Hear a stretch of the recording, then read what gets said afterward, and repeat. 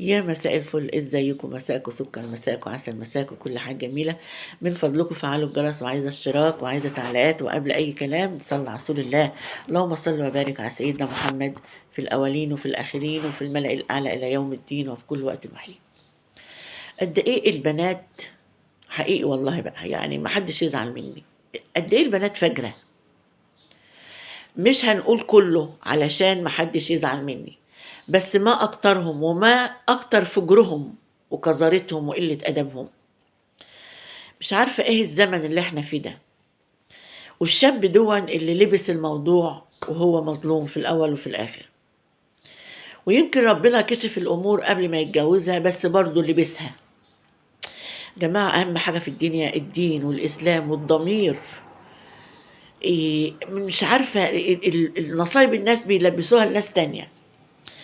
هو بيقول أنا كنت خاطب بنت محترمة وبنت ناس، وخطبتها سنة ونص، وكنت عارف إنها مخطوبة قبل مني وما حصلش نصيب. تمام، بحب أهلها، بتحبني، بحبها، الأمور ماشية تمام واللي أوله شرط آخره نور.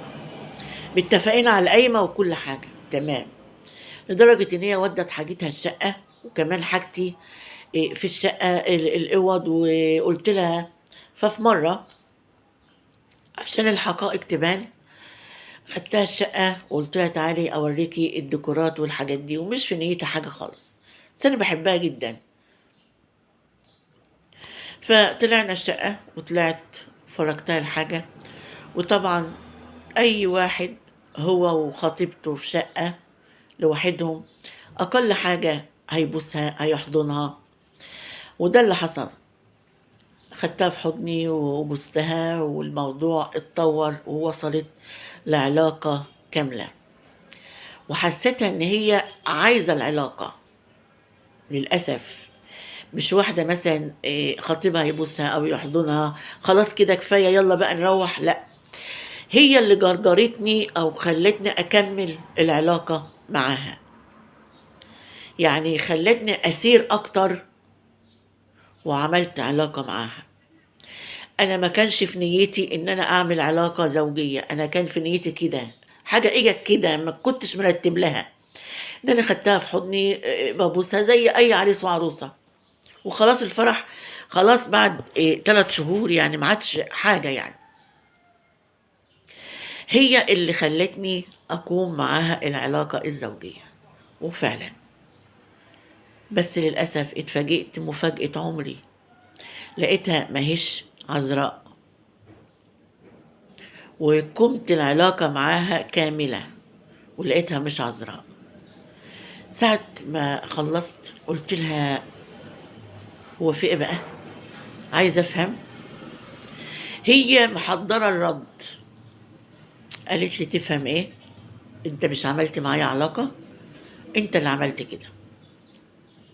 قلت لها يا بنت الحلال قولي لي وما تخبيش، انا اعرف ان العلاقة الزوجية الواحدة ما تكون بكر بينزل لو ان حتى دم. قالت لي مش شرط، في بنات كتير ما بينزلش عليهم حاجات من دي وبيبقوا سهلين. انا بدأت امشي اكلم نفسي، بقول يا ناس يا هو، انا عملت علاقة زوجية مع خطيبتي، وهي اللي استدرجتني زي ما بيقولوا، وخلتني اوصل معاها لكده، بالرغم ان انا ما كنتش في نيتي كده.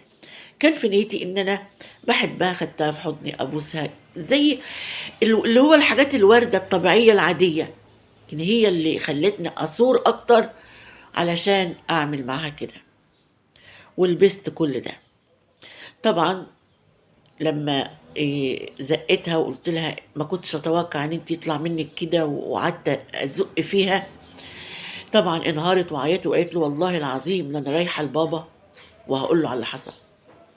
شوف البنت شوف البنت وتفكيرها، هي عامله نصيبه قبل مني عايزه تلبسها لي.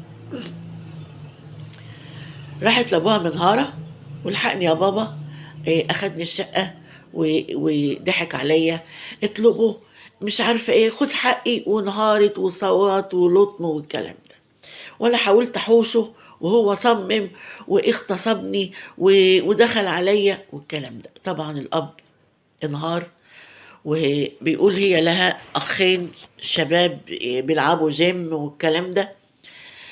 ما كنتش أتوقع إن هي هتقول لأبوها. شوف جرأة البنت. لقيت أبوها بيقول لي تعالى عايزينك نقعد مع بعض شوية، بيكلمني بهدوء علشان يطمني، وأنا رايح والله وما أعرف إيه اللي هيحصل. وقلت لنفسي إن أنا هفركش الخطوبة، ما تلزمنيش البنت دي. لقيته لما رحت لقيته قعدني في وسط ولاده، وقال لي المأذون هيجي دلوقتي، واتهزقت وكانوا هيضربوني وتحت تهديد. هنكتب الكتاب دلوقتي ومضلنا على القايمة وبصم. طب أنا أبوها قال لي مش أنت اللي عملت كده؟ مش أنت قمت بعلاقة دلوقتي مع بنتي؟ تنكر؟ قال له بس أنا ما دخلتش عليها. قال له تنكر؟ قال له لا. قال له امضي على القايمة. وجابوا المأذون وكتبت الكتاب تحت تهديد ولبستها. اتجوزت، ما لمستهاش، بالرغم ان انا كاتب قايمة بكل عفشي، بكل حاجة في الشقة. حتى يعني احنا كنت متفقين على حاجة، حطولي كمان الأجهزة الكهربائية ما تحت تهديد، والشبكة ومؤخر كبير وحاجات كتير مضيت عليها تحت تهديد.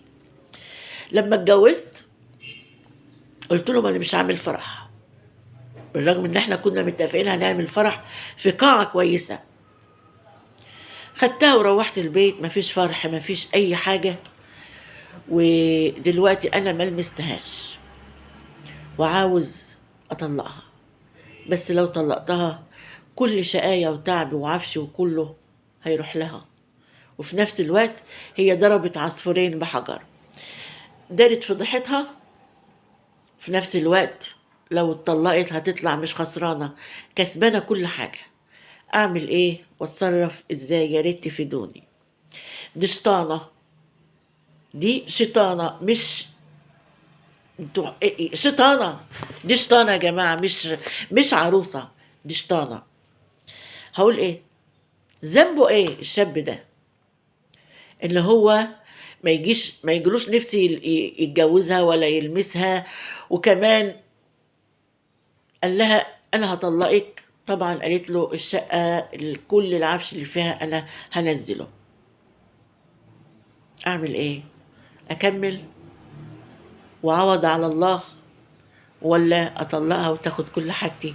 لان انا كرهتها وانسانه قذره، وطالما هي فيها الغدر والخيانه هتخني، اكيد هتخني.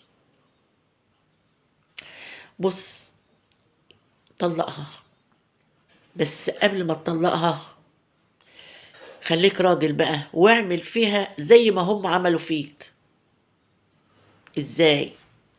انت تجيب ورقه وتكتبها، وتجيب عيلتك والفتوات بتاعت عيلتك، وتمضي لك وتبصم لك ان هي متنازله عن كل شيء مكتوب في القايمه، وتطلقها.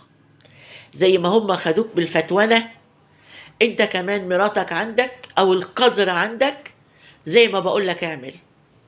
خسرانه خسرانه شويه ناس كده من اهلك، تمام؟ امك، ابوك، اخواتك، تتهدد، تجيب ورقه محامي يعملها لك، هي عليها امضتها وبصمتها، وترمي عليها الطلاق. ده ردي، رد قاسي، بس هي اللي تستاهل، هي اللي بدأت، هي اللي تستاهل. ده ردي. لو حضراتكم عندكم آراء تانية يا ريت تكتبوها، وأقول لكم أشوفكم على خير في مشاكل أخرى مع الصفا، وأقول لكم سلام.